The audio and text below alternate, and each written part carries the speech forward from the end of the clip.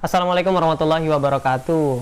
Kembali lagi di BMTV. Sesuai dengan janji sebelumnya, kita akan membuat komparasi nih antara Redmi Note 9 dan Redmi Note 8. Video ini mungkin akan bermanfaat bagi kawan-kawan yang masih belum beli dua-duanya dan bingung gitu mau langsung ke sini atau mau ke sini aja nih ke Redmi Note 8 yang harganya juga kan udah lebih murah, udah turun kan karena keluar yang baru. Nah, atau mungkin bagi kawan-kawan yang layak ngasih upgrade gitu, udah beli Redmi Note 8 dan mau mikir layak ngasih upgrade ke sini gitu. Oke, kita lakukan komparasi. Pertama dari segi body ya. Sebenarnya ukurannya sih lebih besar ini. Ukurannya lebih besar Redmi Note 9. Hanya beda sedikit, kalau yang ini ukurannya itu ukurannya itu 6,3 inch yang ini. Sementara kalau yang ini itu 6,53 inch. Tapi kalau panel yang dipakai sama-sama IPS, jadi nggak ada terlalu perbedaannya dari segi kualitas, hanya dari ukuran aja, ukuran. Dan dua-duanya juga udah pakai Corning Gorilla Glass 5, udah terlindungi nih ya. Lalu perbedaan yang paling mencolok adalah justru di bagian yang letak kamera depan. Kalau yang ini dot display dia di pojok kiri atas ya kameranya, kalau ini di tengah-tengah. Nah, kawan-kawan suka yang mana itu preferensi masing-masing. Terus perbedaan kedua, dia di bawahnya ada tulisan Redmi tuh. Sementara kalau di Redmi Note 9 di dagunya polos. Oke. Dari bagian atas ini perbedaannya hanya beda posisi, tapi sama-sama udah masih punya infrared. Jadi di Redmi Note 9 tetap dipertahankan infrarednya ya. Lalu di bagian bawah sama aja, masih sama-sama ada headphone jack dan masih ada pakai USB Type C. Speaker juga sama-sama belum stereo dua-duanya. Di bagian belakang sebenarnya kayaknya hanya beda layout kamera sih dari di atas kertas ya. Karena ini juga sama. Speknya 48 megapiksel, 8 megapiksel ultra wide, terus 2 megapiksel makro dan 2 megapiksel depth. Itu selain itu udah, selain layout itu sama sih di atas kertas, hanya beda desain. Kalau di sini kan memanjang nih kameranya 4 dan ada fingerprint, dan ada tulisan Redmi-nya di pojok sini. Dan dia kacanya ini kelihatan jelas kaca gitu tuh. Bener-bener kelihatan kayak kaca kalau di Redmi Note 8. Tapi kalau di Redmi Note 9 dia kacanya kayak lebih doff warnanya, dan layout kameranya juga udah kayak gini nih bingkainya. Jadi fingerprintnya kayak nyaru tuh, kalau sekilas kan nggak terlalu kelihatan ya kalau ini fingerprint. Padahal ini fingerprint ya. Terus tulisan Redmi-nya pindah ke bagian tengah. Itu aja sih bedanya. Lalu dari bagian spek lainnya nih ya, spek lainnya sekarang kita bahas masalah speknya. Perbedaannya sih ini pakai Snapdragon 665, kalau ini pakai MediaTek Helio G85. Secara Antutu benchmark sih lebih tinggi ini ya, ini 200 ribuan, ini sekitar 160 sampai 170 ribuan. Jadi di atas kertas memang menang ini. Cuman realnya nanti kita tes dua-duanya, mungkin main PUBG kali ya, biar kerasa gitu lebih smooth yang mana kalau dipakai main game. Lalu di bagian kamera depan pun masih sama 13 megapiksel, bahkan kalau melihat GSM Arena dia yang ini f-nya 2.0, artinya harusnya dia lebih bagus dalam menangkap cahaya nih, lebih bagus kalau kondisi malam sih Redmi Note 8. Kalau Redmi Note 9 ini f-nya 2.3, 13 megapiksel f 2.3, jadi dia nggak terlalu peka, agak kurang peka lah kalau dibanding ini terhadap cahayanya. Nah, cuman kelebihan ini ada di bagian baterainya.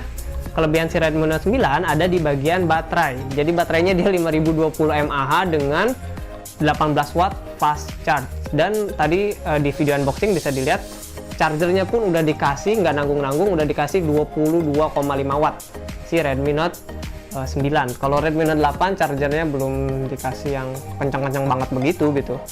Jadi kalau baterai jelas menang ini Redmi Note 9. Sekarang kita bahas masalah harga. Sekarang harganya berapa sih?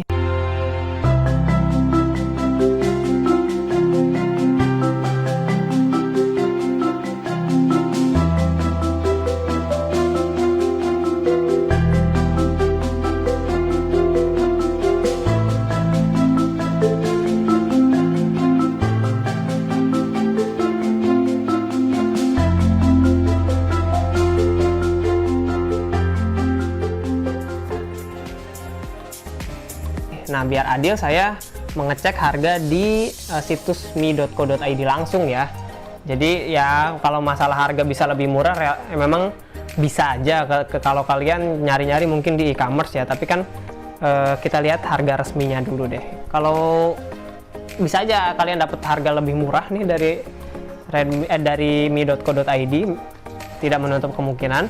Nah, tapi kalau harga resminya untuk harga 332 itu harga yang saat ini si Redmi Note 8 itu 1950, dan di Redmi Note 9 itu nggak ada versi 332 gitu.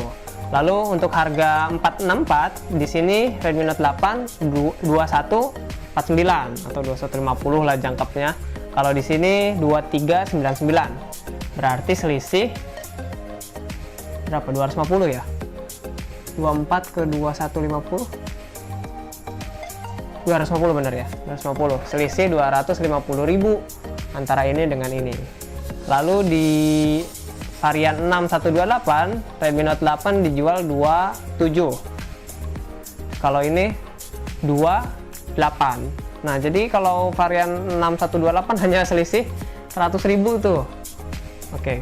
Dari harga itu ya, itu harga dari mi.co.id sekali lagi. Jadi kalau berpatok dengan harga di mi.co.id, bisa disimpulkan ya, kalau kalian mau ngambil varian 6128 menurut saya akan lebih baik langsung ke Redmi Note 8 karena selisihnya hanya 100.000 aja. Kalian dapat baterai lebih gede, charger yang lebih oke juga, lebih kencang, terus juga dapat desain yang lebih oke.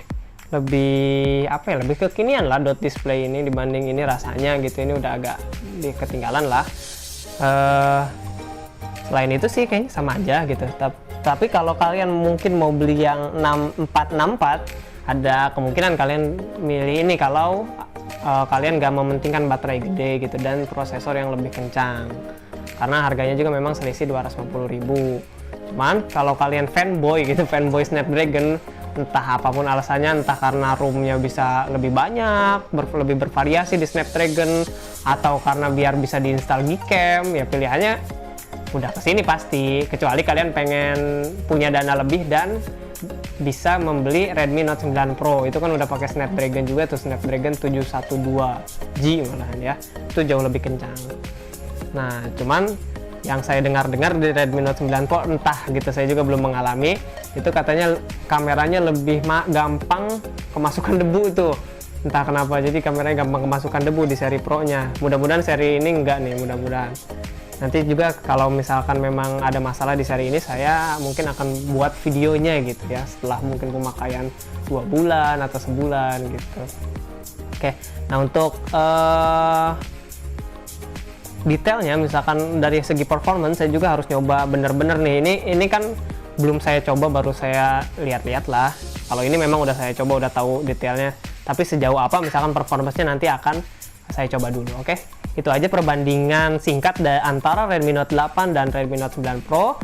Pada intinya menurut saya gitu, kalau kalian bukan fanboy amat dengan Snapdragon, lebih baik mengambil langsung Redmi Note 9 ini dibanding Redmi Note 8. Itu aja. Terima kasih. Jangan lupa like, komen, dan subscribe. Kritik dan saran silahkan di komentar.